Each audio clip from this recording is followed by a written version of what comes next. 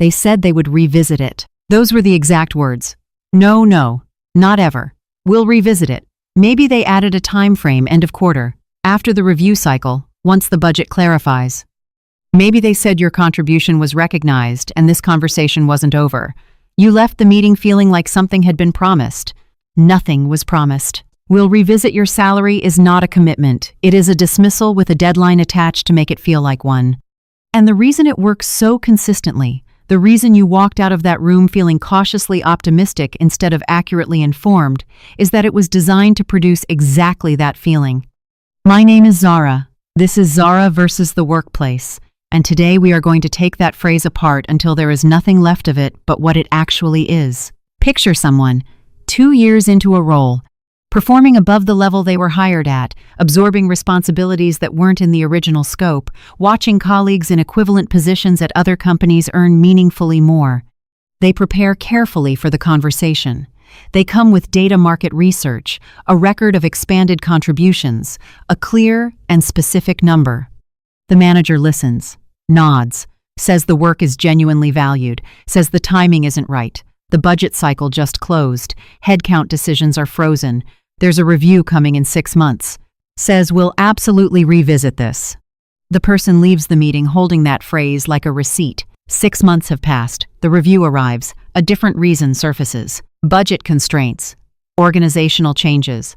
The phrase appears again, we'll revisit this time with a new time frame attached. 2 years later, the salary has barely moved. The question this person keeps asking is the one that eats the most time and produces the least clarity. Are they going to follow through? Or have I been waiting for something that was never going to happen? Here is the diagnosis. The phrase was never a plan. It was a pressure release valve. We'll revisit it exists to end the conversation, not to continue it. They didn't say no, they said they'd revisit it, and somehow that felt like progress. It wasn't. We'll revisit your salary is one of the most consistently effective delay tactics in organizational management, and once you understand the 4 mechanisms behind it, you will never hear that phrase the same way again. There are 4 mechanisms inside this phrase. Each one serves the organization's interest at the direct expense of yours.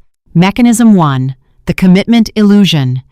The phrase, we'll revisit, is structurally ambiguous by design.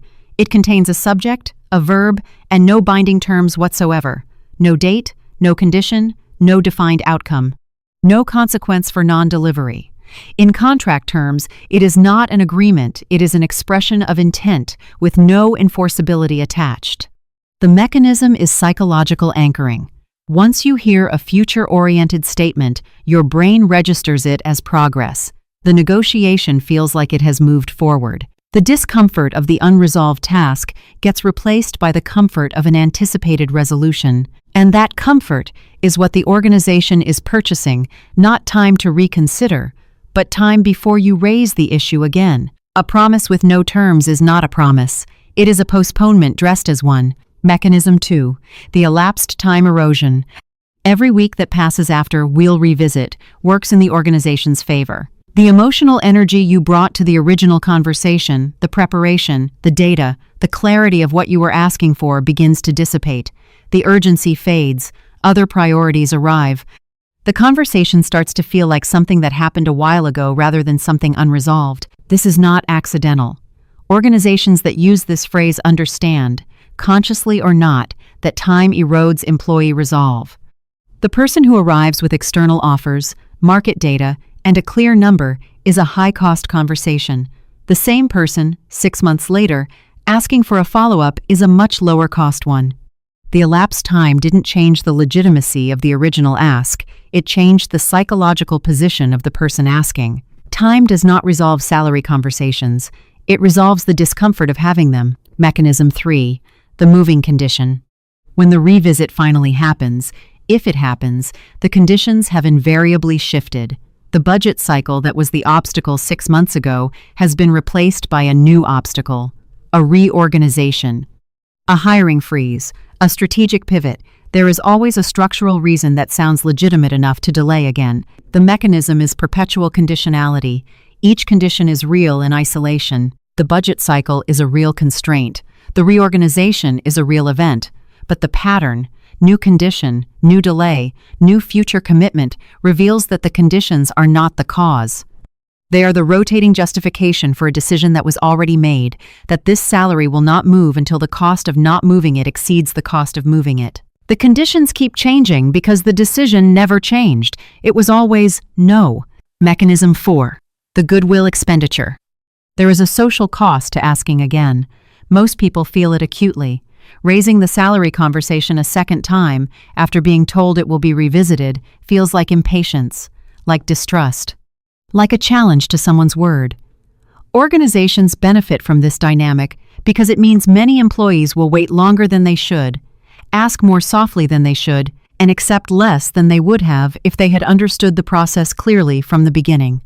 Every time you soften the follow-up to preserve the relationship, the organization's position strengthens. Your discomfort with being persistent is not a character flaw. It is a predictable human response being used as a negotiating position against you.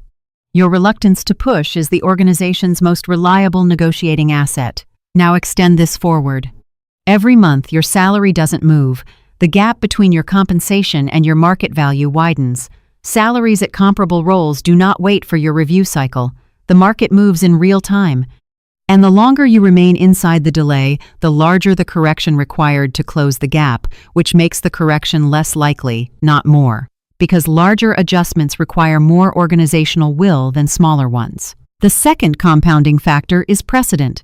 Every time you accept a delay without consequence, you establish that delays are acceptable. You teach the organization, through your behavior, what the cost of inaction is. And when the cost is zero, when the delay produces patience rather than urgency, there is no mechanism that forces the conversation to resolve. You wait, the gap grows, the task gets harder, the leverage gets smaller. And the phrase that started all of it, "we'll revisit this," gets used again, with the same tone, in the same room, as though it were the first time. Every delay you accept without a response teaches the organization exactly how long to delay next time. Here is the lens that changes everything. Stop treating this as a conversation about your salary. It is a negotiation about organizational incentives. Your salary will not move because your manager recognizes your value in the abstract.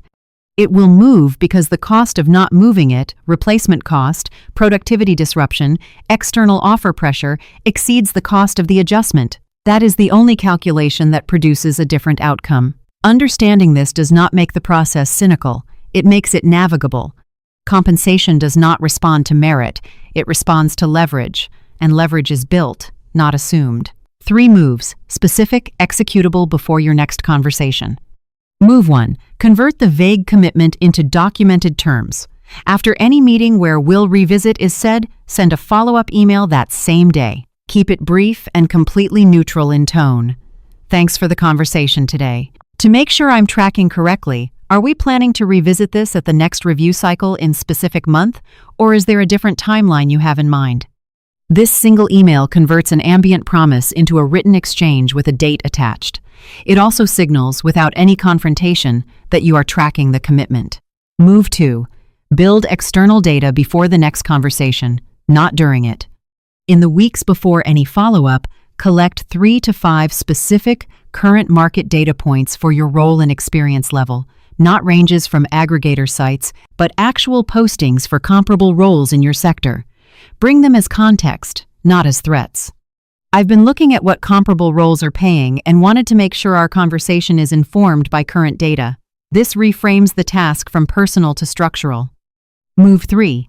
Attach a consequence the organization can calculate. Not a resignation threat; those require follow-through you may not be ready for. Instead, make your external activity visible through professional channels. Update your profile. Let it be known you are evaluating options. The perceived cost of your departure is a more powerful lever than the stated case for your raise. Organizations rarely pay for value they believe is staying regardless. Your patience was never the problem. Your patience without consequence was. They told you they would revisit it. And you believed them not because you were naive, but because the alternative was too uncomfortable to sit with. The alternative was that the organization had already decided, and the phrase was just the cleanest way to close the conversation without closing the door. You weren't wrong to believe it the first time, but belief without verification is not optimism. It is unpaid patience. And unpaid patience, extended long enough, becomes the most expensive thing you never chose to spend. The phrase will come again, in this role or the next one or the one after that. And now you know what it is. Not a promise, not a plan, a technique. The most costly words in any career are the ones you accepted without asking what they actually meant. If you have heard the words "we'll revisit your salary," drop the word "revisit" in the comments. Nothing else, just that word. I want to know how many people are sitting inside that phrase right now. Subscribe if you want to keep seeing the things most workplaces will never tell you. I'm Zara, and this is Zara versus the Workplace.